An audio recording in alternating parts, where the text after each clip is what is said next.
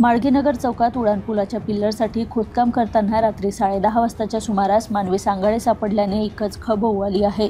खोदकामातील सांगाडा पुरुषाचा असावा अशी शंका असून महिला आणि लहान मुलासह मानवी सांगाडे सापडल्याचे समजते। माळगीनगर चौक रिंग रोड 90च्या दशकात तयार करण्यात आला। हे सांगाडे त्या काळातील तसेच सांगाड्याची संख्या बघता संपूर्ण कुटुंबाची असण्याची शक्यता वर्तवली आहे। या घटनेने संपूर्ण परिसरात वेगवेगळ्या चर्चांना उधाण आले आहे। नागरिकांना घटनेची माहिती मिळताच चौकात गर्दी केली, त्यामुळे तपास कार्यात अडथळा निर्माण झाल्याने पोलिसांना सौम्य लाठीचार्ज करावा लागला। माळगीनगर चौकात रात्री 10च्या सुमारास उड्डाणपुलाच्या कामासाठी खोदकाम सुरू होते। त्याचवेळी खोलवर खोदकाम झाल्यानंतर सुरुवातीला मानवी मुंडक्याचा सांगाडा आढळला, त्यामुळे खोदकाम करणारे मजूर दहशतीत आले। त्यांनी कंत्राटदार कंपनीच्या अधिकाऱ्यांना माहिती दिली।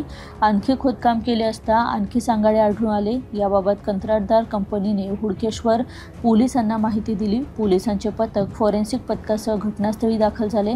दरम्यान या घटनेची माहिती लोकांमध्ये पोहोचली, त्यांनी प्रचंड गर्दी केली, त्यामुळे वाहतूक कोंडी झाली।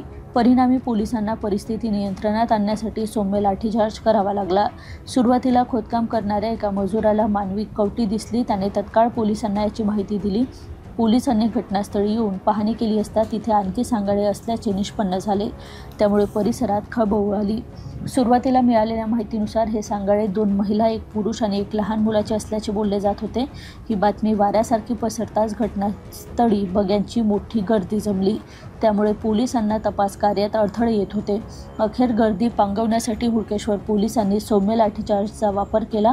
या घटनेमुळे परिसरात भीतीचे वातावरण पसरले असून हे सांगाडे कुणाचे आहेत आणि त्याचा मृत्यू कसा झाला याबाबत तपासाचे पोलिसांपुढे मोठे आव्हान आहे। दरम्यान उशिरा रात्रीपर्यंत खोदकामात आणखी काही पुढे येत आहे का याबाबत अधिक तपास पोलीस करीत आहे।